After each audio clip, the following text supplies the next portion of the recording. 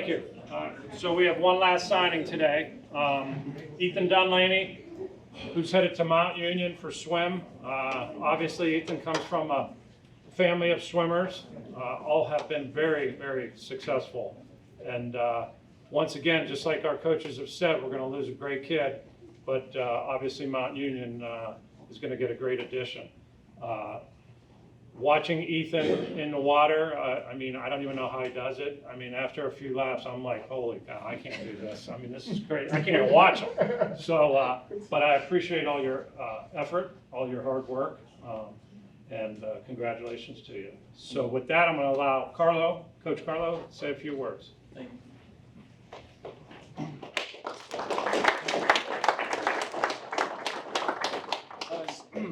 Marco alluded to, Ethan has followed his older brother's footsteps. Matthew's not here tonight, but Aaron, a few years before, Ethan came up, just very stoic when it came to swimming. They knew what to do when they got to us. They were well coached before we even got to them. But they were just a lot of fun to coach. Ethan's heading to Mount Union where he's going to light it up right off the bat. He's got some great accolades in high school. He's been a 4-time letter winner as a freshman. He just lettered all the way up till he was a senior. This year he was co-captain of the guys team. He was a 4-time NEAC All-Star. He was a 3-time first-team AAC champion. And on top of that, he was a 3-time sectional winner in the 500 freestyle. He does very well in the classroom as well. He's a 3.8 GPA. He's reached the National Academic All-American and Academic All-State awards. As Marco also talked about, he's a workhorse. If you've ever watched him swim, the longer the race, the faster he gets. He's just an intense kid.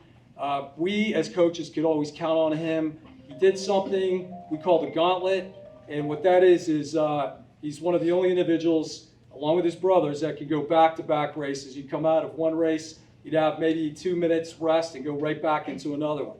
And that has won us many meets on the guy's side. He was, we don't do that to a whole lot of people. He's never complained again out loud, but maybe internally has. But, he expected it, and it's one of those things that gained him a lot of respect from his teammates, his coaches, and even his competitors. It's one of those things where everybody knew where Ethan was, no matter what the meet was.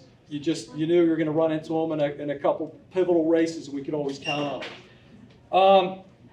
The one thing that, the Purple Raiders are definitely going to gain someone that from day one, as soon as he splashes in that water, is going to be a competitor right away, especially those college events that you're going to get to swim that you're going to really like. We can't wait to watch what you do on the water, especially when you swim that 1,000 or the 1,650, and that 500 is going to seem like a sprint for you. But we're very excited to see what you do. Congratulations, and we look forward to your future.